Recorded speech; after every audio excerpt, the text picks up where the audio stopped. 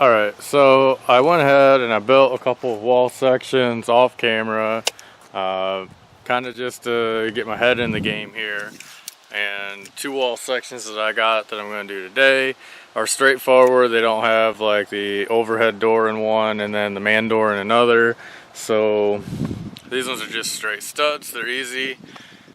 I mean, I did a lot of this kind of work with my dad, but I was more of the grunt most of the time, so I would more or less, I learned how to read the boards, how to read a stud, make sure the crown all goes one way.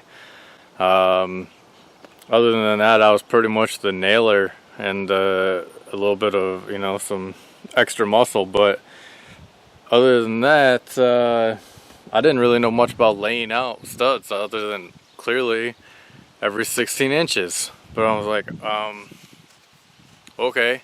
So I called my dad up and I was just like, he's like, yeah, you gotta do 15 and a quarter and then 20, then 31 and a quarter and then so on and so forth. And I'm just like, whoa, what is this quarter nonsense? And and he's like, well, that's how you do it. And I'm just like, well, why the hell did they put the nice red mark on the 16, 32? And he's like, well, that's 16 on center, but you're not marking your center, you're marking the edge of your board. So your 1.5 inch 2x4, you're marking half of that off, and that's where it is. So you just go to every red mark, 16, 32, 48, and so on, come back 3/4 of an inch, that's your mark, and then towards the red, towards your 16, if you will, is your X for your stud. Alright, so generally I would use a lot better pencil than this, but it happened to be the pencil that I have. And yeah. So you got your bottom plate, this one's a treated board, your top plate is a regular board, and it is, I connected the two with screws. Generally tack nail of some sort will work, but I have screws, so I did that. So here we mark the first stud, just it goes on the end. Obviously it's actually going to be a corner stud, which I'll try and show that. And then every red mark, the 16, come back 3/4 of an inch and mark it. So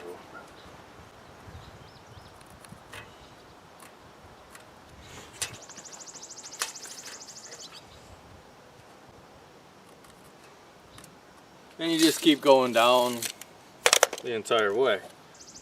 You take it up and transfer your line.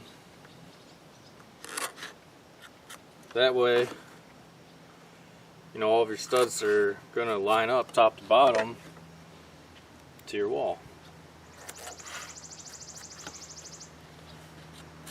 And then once this is done, I'm going to take these two boards apart and bring this one up, the top board up to the top, place all my studs, and get to nailing. Alright, so this is like an L stud or a corner stud, and what its purpose in life here is it's got two purposes really. So this wall is going to come up this way, and so this is the outside, this is the inside. When the wall that this comes 90 degrees to, this one is going to be a nailer.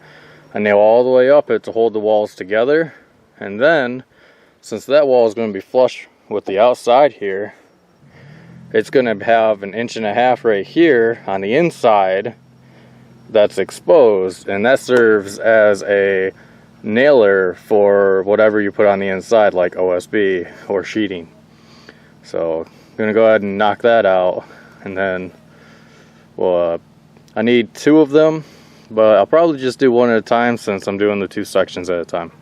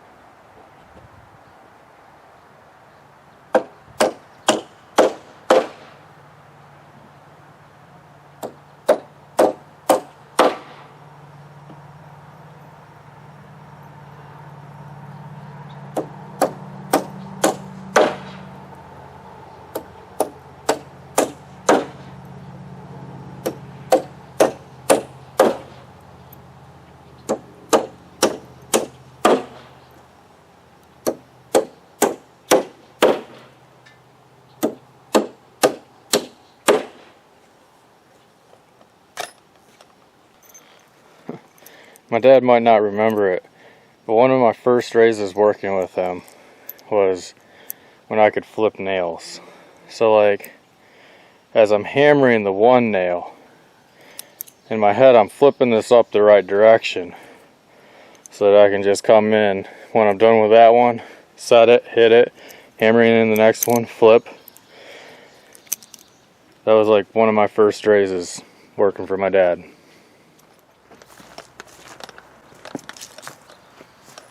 It's one of the importance of looking at a bow and a board and the crown.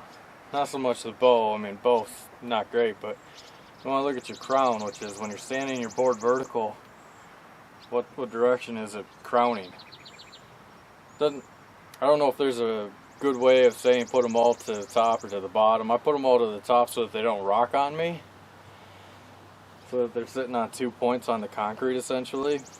And then after that way, whatever you do on the inside, like especially in a house, if you're doing drywall, if you have one way and one the other way, then you're going to get some stress in your drywall as it rocks on that opposite board.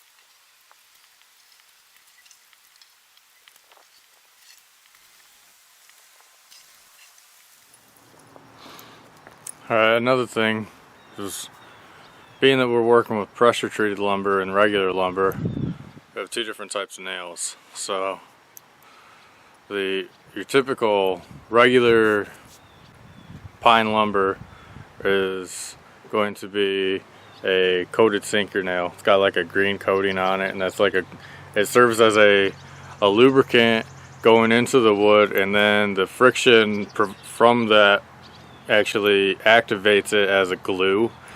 So it's dual purpose on that. On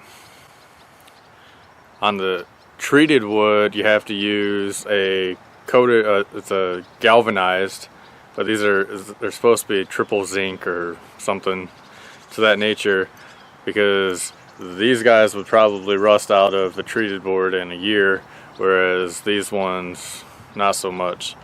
And the whole thing is that a treated board, it's pressure treated, so all the lumber gets put into a pressure chamber.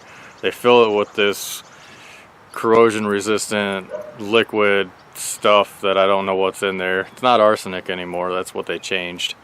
And apparently kids could eat this stuff on playgrounds.